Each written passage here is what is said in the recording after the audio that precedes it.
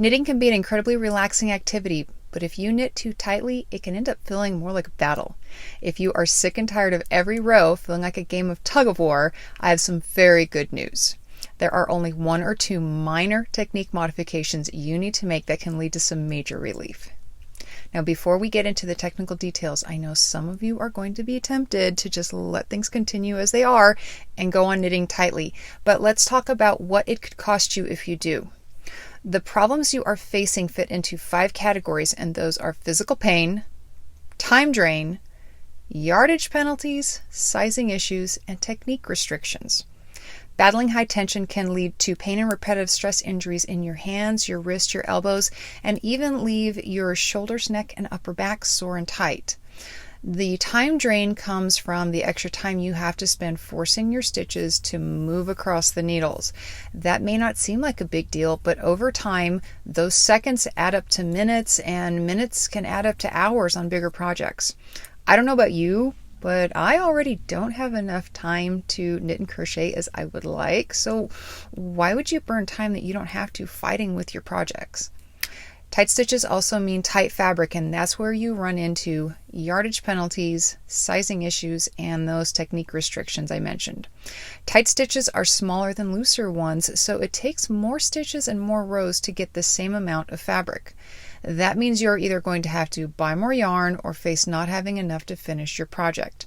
Then there are those times when those not quite big enough stitches result in hats and garments that are far too small to fit the heads or the bodies that you made them for. And just to add insult to injury, those tight stitches make fixing mistakes more difficult, and you may find yourself giving up on doing things like cables, stranded colorwork, or other more complex fabrics because they just never come out looking or feeling right. Let's face it, those are all pretty demoralizing situations, and they can all take a lot of the joy out of the knitting process. So let's get rid of them by fixing your technique. The first and most common thing I see tight knitters doing is pulling too tightly on the yarn when the stitches are created. To help you understand what I am about to show you, let's look at what moderate tension stitches look and feel like.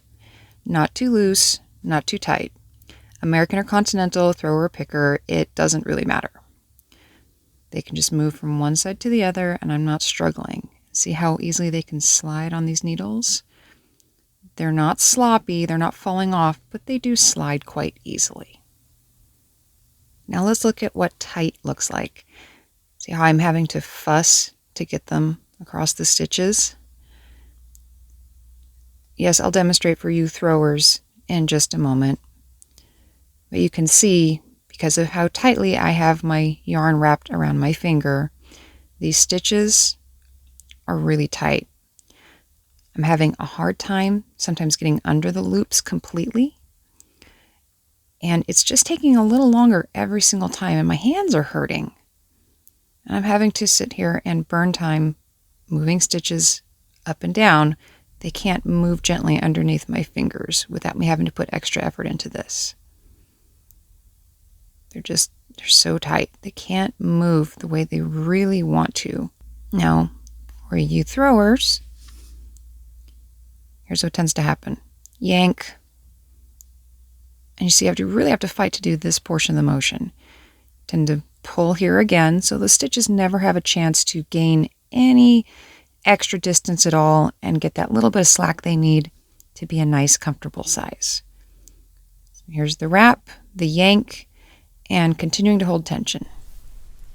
Now, don't go beating yourself up if you do this. This is an extremely common, and if you think about it, totally understandable holdover behavior from when you first started knitting. And while this is most often an issue for throwers, I have to say I have seen pickers do it too. Take yourself back to the very first knitting project. As a beginner, you have to learn how to manage these two pointy things, and you have to learn how to manage the yarn and try to remember how to do a knit or a purl properly, and figure out a pattern.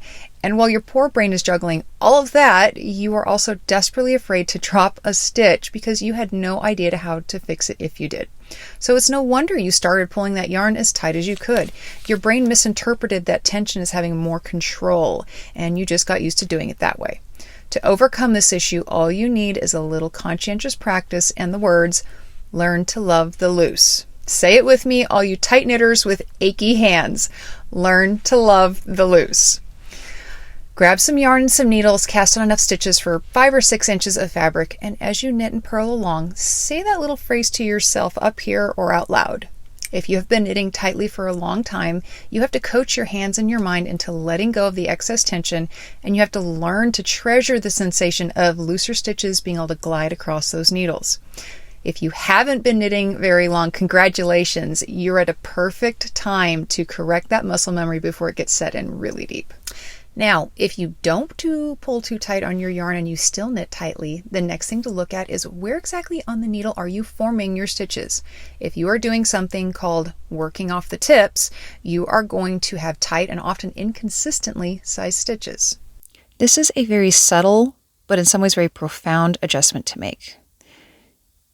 As I'm forming the stitch, look at where the loop was before I pulled it off. This tapered section here is what's considered the tip of the needle. This full diameter section is your target zone. Let me show you this again. I'm going to demonstrate this for you several times. In we go, bringing that yarn through, and see it's still in the tapered section when I take it off. And even if I push forward into that target zone before I move it over, it's still going to be incredibly tight. We need to get past this line. In, push until you get past this point before you take it off. The more needle you can shove through past that point before you take it off, it's going to bring that little extra bit of length into this stitch and let it have a little more slack, a little more wiggle room.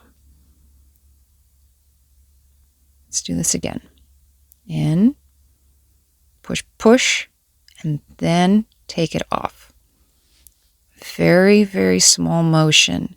It's a small adjustment, but it really brings you some big changes to how your fabric feels, how your hands feel as you're working. It's too close to the tip. It needs to be up here. That's the happy place. I've most often seen this problem amongst self-taught knitters. Now, please do not take that as a bad thing. I personally stand in absolute awe of anyone who teaches themselves to knit, and that goes double if you taught yourself from a book. The only drawback to learning that way is that you don't have a knitting mentor around to help you avoid some of these little pitfalls. Of course, the solution ends up being the exact same as before. Slow, intentional practice on a simple piece of fabric and paying attention to each stitch as you work along will help you break this habit. You may have to use my goofy little learn to love the loose mantra if you find your brain and your fingers freaking out about those softer, looser stitches. It may seem counterintuitive, but the looser your stitches, the more control you will end up having over your project. Now, go practice. Share this video with anyone who could use a little less tension in their knitting life as well. And let me know what other topics I can help you with. And thanks for watching I Heart Yarn.